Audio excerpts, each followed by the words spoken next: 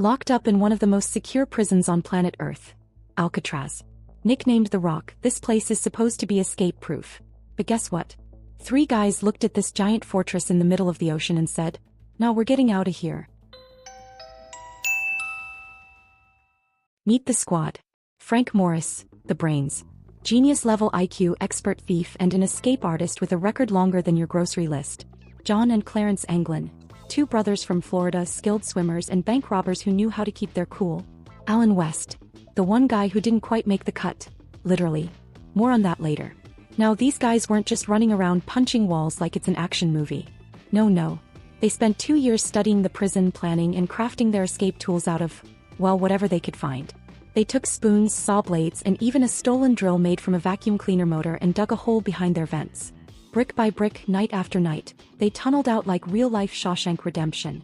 Okay, so how do you escape a prison without the guards noticing? Simple.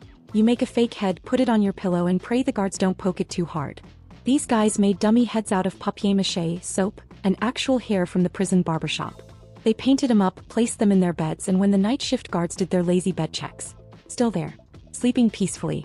But the real Morris and the Anglin brothers were busy squeezing through tiny holes behind their vents, crawling through an unguarded utility corridor, and climbing up a 30-foot plumbing pipe to the prison rooftop. They had to get down from the roof, cross the yard and sneak to the shoreline without getting caught. So they slid down a 50-foot drain pipe, tiptoed past the guards and made it to the edge of the island. Oh, and let's not forget unfortunate Alan West.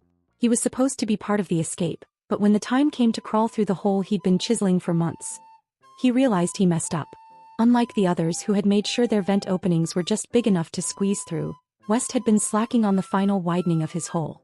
By the time he finally manages to squeeze out of his cell, the others are gone. Imagine being left behind because your hole was a little too small. No pun intended. So what does he do? He crawls back into his bed and just acts like nothing happened. Now remember, Alcatraz sits in the middle of the freezing, shark-infested San Francisco Bay.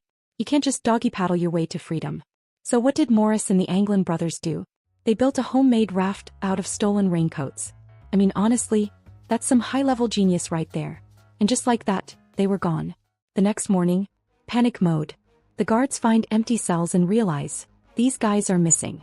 Sirens blare, search teams are launched and the entire bay is locked down. For weeks, the FBI, Coast Guard and military scoured the waters, but not a single trace of them was found. No bodies. No confirmed sightings. Nothing. Oh, and remember unfortunate Alan? When questioned, he spilled everything. The escape plan, the raft, the Anglin brothers, all of it. But because he never technically left Alcatraz, he wasn't charged with escaping. Instead, he just got transferred to another prison. Talk about a missed opportunity. Now, officials claim they must have drowned. But in 2013, the FBI gets a letter, allegedly from John Anglin, saying he and his brother survived and had been living undercover for decades. And in 2015, a retired cop swears he found a photo of the Anglin brothers, alive, chillin' in Brazil. So did they survive? You tell me. It's still a mystery. But one thing's for sure.